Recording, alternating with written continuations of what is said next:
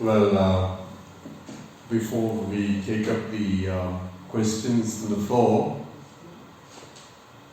I'm sure you'll all agree with me, it was an excellent expose on the topic synodality in the church and the religious congregations.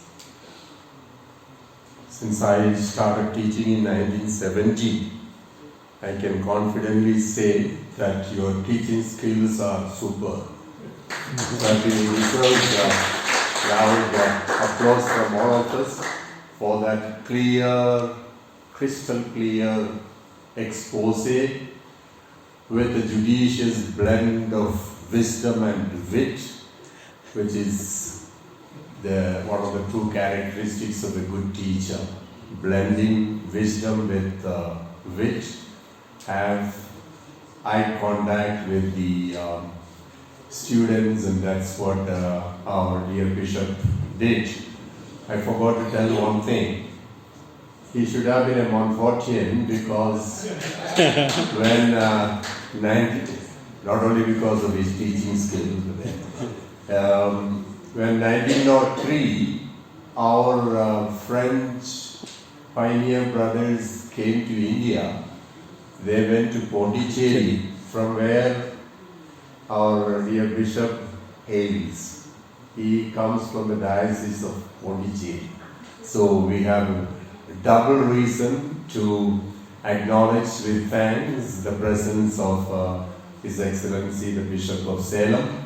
Now, before taking more time, may I invite brothers from the audience to pose questions, pose difficult questions.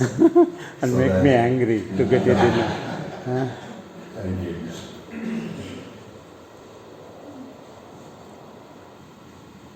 Who wants to break the ice? Brother goes half and goes doing it. Okay? Okay. Brother provincial of Pune. Okay. Thank you, Your Excellence, and that was excellence personified, and also asking us to do a lot of soul searching, and definitely we will do that. But at the same time, since you said ask difficult questions, the difficulty that we are facing in the church today, especially the counter witness that is happening, especially down south. I don't want to expose that right now, but at the same time, you mentioned about the need to have an agreement always with the diocese and the congregation. And then we are also looking at the possibility of having at the regional level and national level agreements, so that some congregations which may not be adept in formulating the agreements and all that, they are also helped, so that walking together is with mutual respect. When we were taking up this with, I'm thankful that something has happened with the Tamilnadu Bishops Conference, as well as with the CRA of TC. Tamilnadu has happened, and we are happy about that. But the West, we were trying to do something similar. And then one of the, we had formulated and sent across the document to and fro. And finally, what we were told is the reason for not going ahead with this. Okay, we may have decisions taken at our level, but each bishop is free to do what he wants in the diocese. So why to have that? So the question is, are the, canonically may not be, are the bishops, when they come together in synod, let us say regionally and otherwise, and come together to make some decisions and have some common decisions made, to what extent are they bound by those decisions? Thank you. So thank you, brother, for a very, very important question. One of the important problems of the church is surely a relationship between the diocesan bishop and consecrated persons. It is true. Now, we wanted to formulate, even now during the meeting I asked Cardinal Ossi regarding our formulating anew the national policy with regard to relationship with the religious. Now he told me that very soon the new Muttuve Relaciones, mutual relationship document will come from the policy. Based on that, we will have at the national level some guidelines. We should know one thing: who are the lawmakers in the church? Of course, the Supreme Pontiff for the whole church, the Bishops' Conference for the country where it is allowed by law in 455, religious congregation, the general chapter, which is the lawmaker, nobody else is the lawmaker, general chapter of the religious congregation. These are the lawmakers. Now, when we are entering into association with others, we need agreement with them. And only when both parties sign that agreement is effective. Now, the bishop cannot go beyond his limit with regard to certain things in the church. Canon 381 says he has ordinary power, he has proper power, he has immediate power. 391 says the legislative, executive, judicial power, he can make diocese. But with regard to the religious, there is a kind of autonomy that is very important. Canon 586 says just autonomy of life with regard to their internal matters. The problem is, as I said, only with regard to the apostolate. The bishop is the coordinator of all apostolate in the diocese. So you can't have 5 religious schools in the same street. That is not good. He is the coordinator. Whether we like it or not, from the experience of the church, with regard to your apostolate, starting the apostolate, in accordance with your charism, the church has made you dependent on the bishop to start with that. And you can have your own policy. When something is unjust, a bishop is doing, nowadays communication is very fast. You approach the congregation, the now we call dicastery for ICL and SAL, Institute of Consecrated and Societies of Apostolic Life, through the nuncio and the evangelization of peoples. Both these you approach and justice will be done. You can't simply say the bishop is a law unto himself. Within the limits of the law, what it says, while calling the religious, have a proper contract. Past may be very oral contract, agreement, this and that was there. For the future we can avoid. What is justice should be done. Now, I also, when I am addressing the priests, I tell them, you have to work with the religious. They are in the church, they are of the church, their gifts are for the church, that's all. So any bishop will be, for example, one bishop told here itself some time back, all the novices should come to the parish church for mass. Then I said, no, it is not correct. Then he said, if a bishop says like this, let him be sent for formation.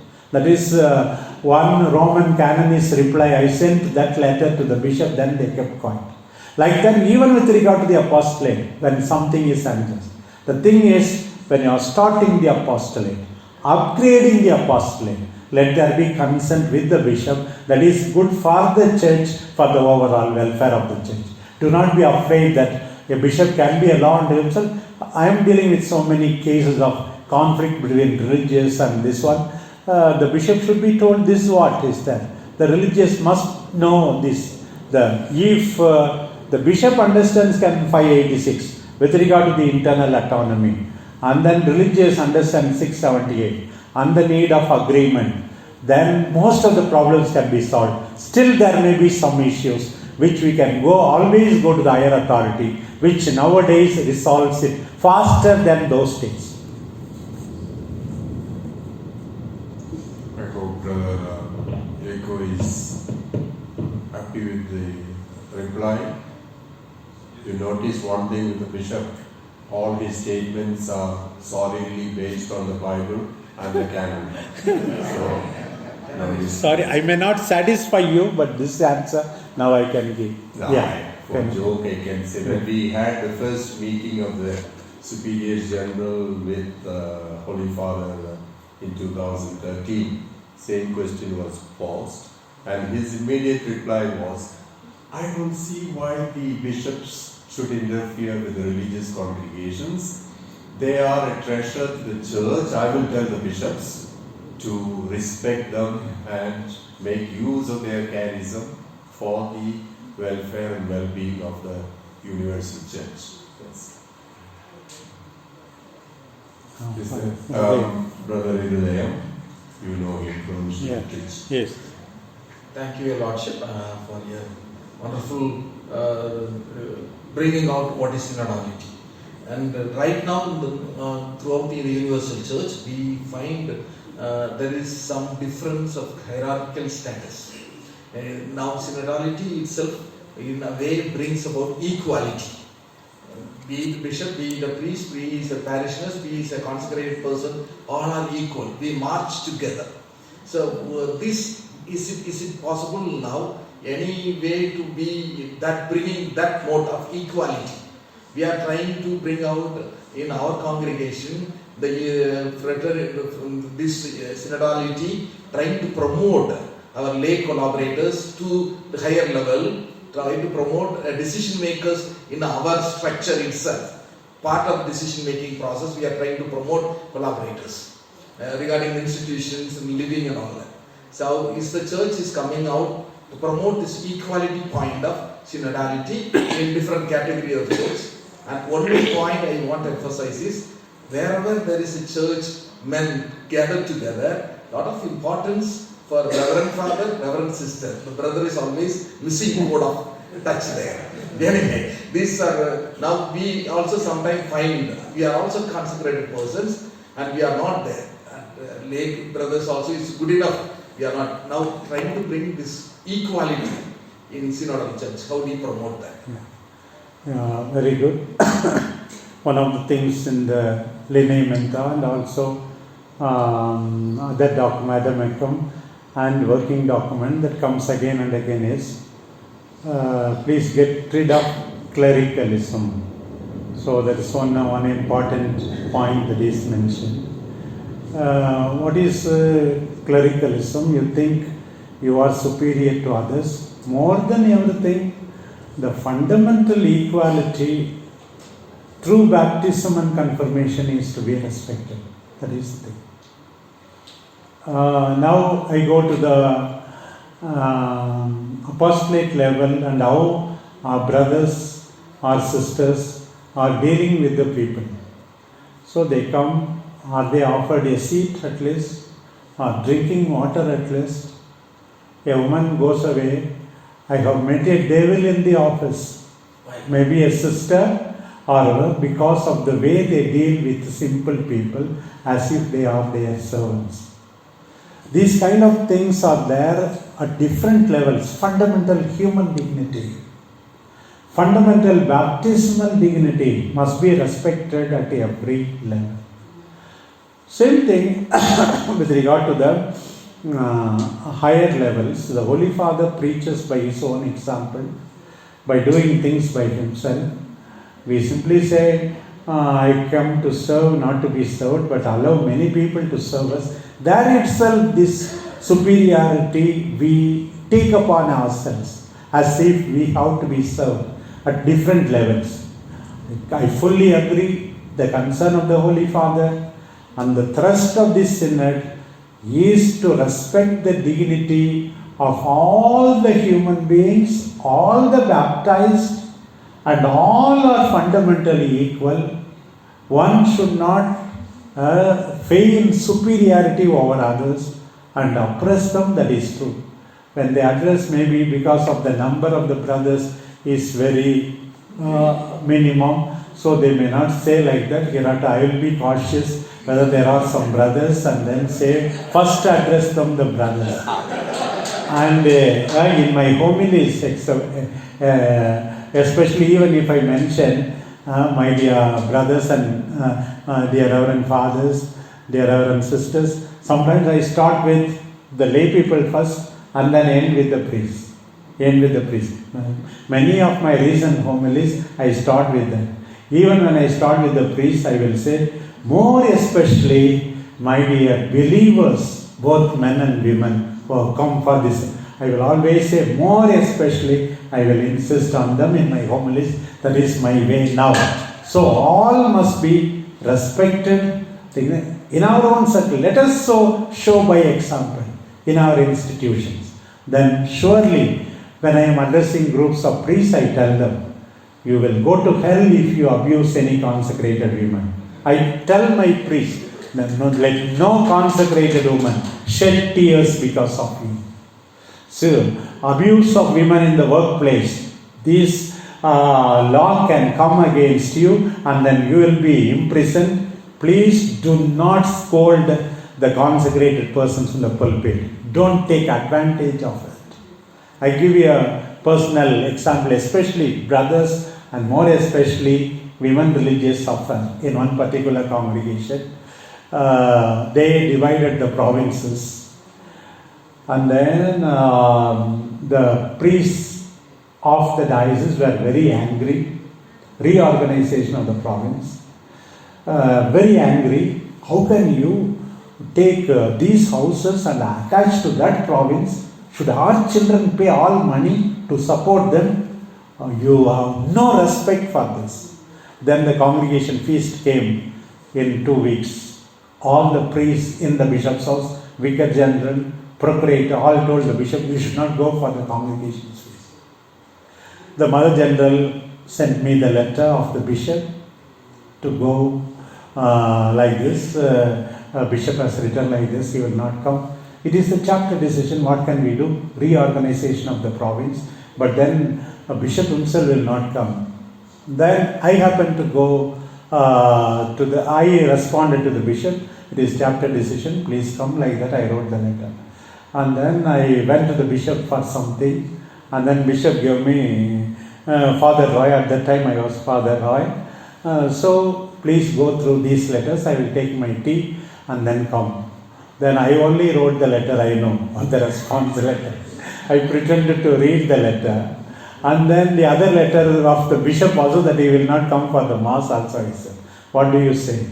I said, Bishop, you can't take advantage of your spiritual power given by God to deprive a women religious congregation of a feast mass. Reorganization of the provincial houses is an internal matter of the congregation. You have to go for the mass, I said. Then bishop said, I obey you, I respect your counsel, and went for the mass. Otherwise it would have been a whole disaster, big congregation, whole disaster. But I was scolded by all the priests. We had persuaded the bishop not to go for the mass. They are insensitive to the local feeling, calling our houses that province, this headquarters, I said. Like that, there may be situations where they are doing wrongly without knowing it, but we will always uphold. When I speak to them, when I speak to the religious, I say, one religious did like this, she never contributed anything to the church, to the congregation.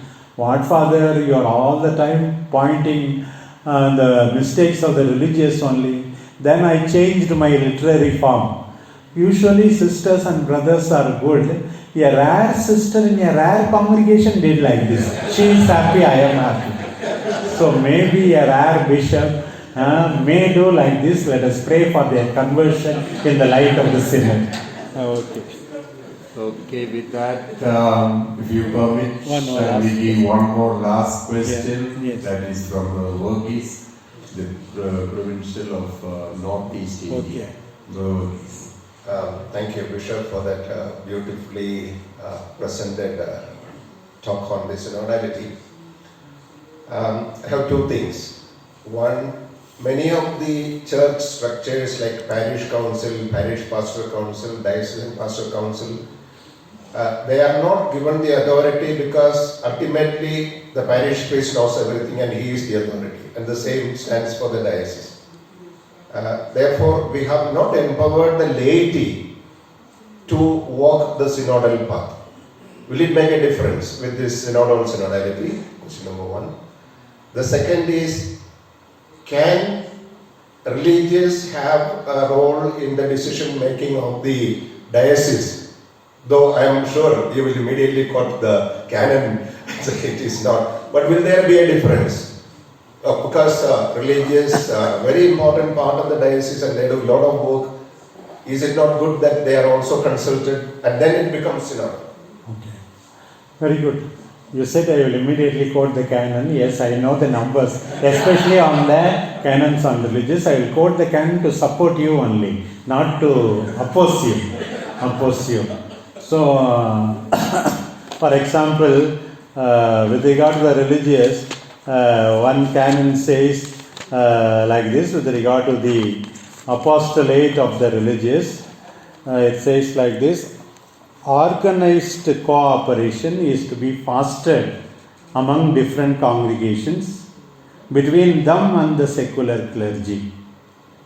Under the direction of the bishop, there is to be coordination of all apostolic works and actions with the due respect for the character and purpose of each institute. Number 680. Cooperation between diocesan priests and religious brothers is mentioned there. 678 para 3. In directing the apostolic works of religious, diocesan bishops and religious superiors must proceed by way of mutual consultation. 678 para 3. Diocesan bishops and religious must proceed by way of mutual consultation. And then we have what is known as diocesan chapter. But the only thing is, it is not deliberative and it is not obligatory. You have chapter. The diocesan synod is described. Actually, it is a kind of chapter for the diocese. Who must be called for this? Compulsorily religious must be called. Canon 463 speaks about the members. And then with regard to the diocesan pastoral council, so all the members of the people of God, including the religious, must form part of it. Even in the parish council, I don't think any statutes of the parish council excludes the religious. For that matter, Udupi, one sister is the diocesan procurator. So there are offices open to them, only that some have not put it into effect. The religious are part of the church and some of them are not doing it. They must open their eyes to do it. Whenever I am called to address the religious, I tell them about their right and they have to make. Sometimes you do not know your right itself. So when I often tell the sisters about canon 686, one canon is Father Roy taught us that you should not interfere in the internal matter, what we have to eat, what time we have to close the door, switch off the light, what food we have to. It is none of your business, Father. That Father told, oh, is it so? Then they will be aware that when you are aware of the right, where you should not interfere. Ignorance keeps us slaves. Let us know our rights in the rights of the church.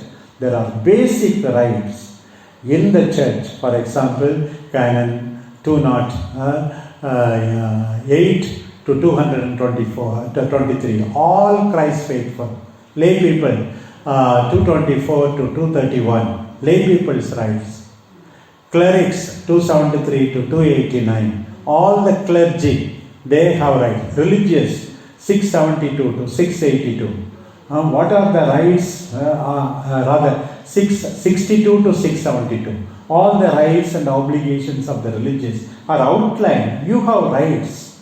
Rights have to be protected and obligations have to be fulfilled.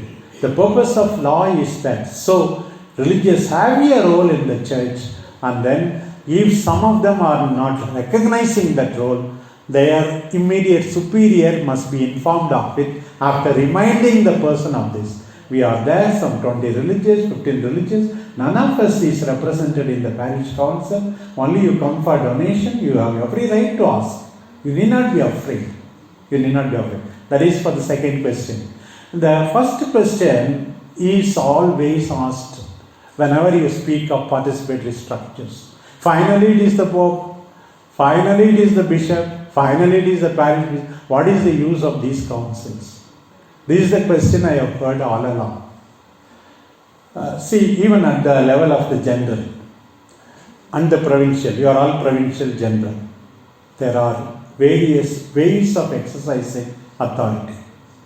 Why do you elect him or appoint him general? Because you trust him. Don't tell him all the time, he has to ask me, afterwards only he can go to the bathroom and don't say like that. There are certain things which he should be able to do on his own, first level. Second level, there are certain things for which he has to hear the opinion, consultation.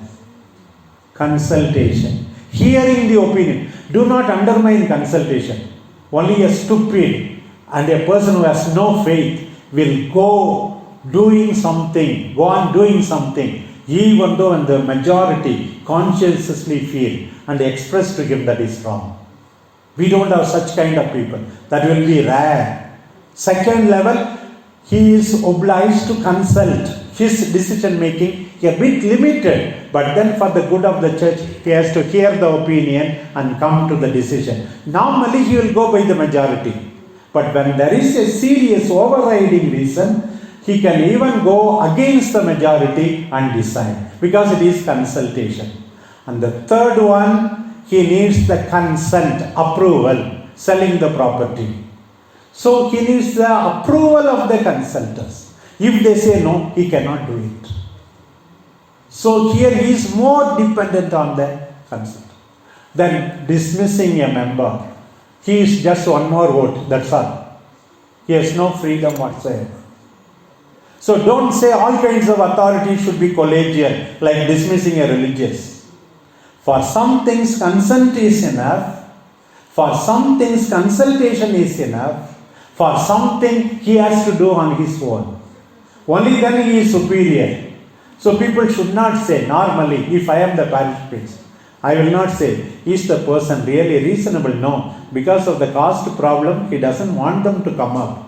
Because you can't say, sometimes the majority bulldoze the minority even though they are having genuine grievances. You can't all the time go by the majority.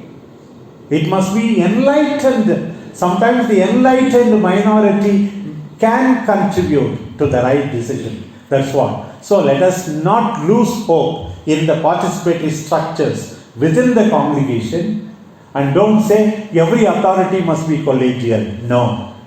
Every authority is collegial means you can't decide, and collegially you can't crucify and cause harm to the congregation. Same thing is applicable at the diocesan level and parish level. Okay, with that we come to the end. I wish if every bishop were to be like our dear bishop, enlightened, encouraging the participation of the religious in the triple common mission of the church, evangelization, witnessing and human promotion. I think our religious congregations will not face any hurdles from the bishops. With that, may I now invite the moderator of the day, Brother Pradap, the Assistant General, to propose the vote of thanks on behalf of all of us for the gracious presence and the excellent expose this morning. Over to Brother Pradap. Thank you, Your Excellency. I have just a few words to put our experience of this session. Fantastic, mind-blowing, inspiring and spellbinding. This is what we captivate your presentation, Your Excellency. It was a truly spellbinding presentation on the essentials of synodality, communion, participation and mission. You have instantly struck a great bond of fraternity with all of us, with your simplicity and humbleness. You are so passionate and your presentation was crystal clear. You have spoken from your heart with a genuine interest and care. You are a wonderful shepherd. You have spoken the finer qualities of heart to be a religious, and you have churned our hearts and minds. You have touched all of us and cast a magic spell on us to deepen our awareness and to live a synodal life. Dear brothers, with grateful hearts, let us all stand and give a standing ovation to our beloved Bishop and great adulation to him.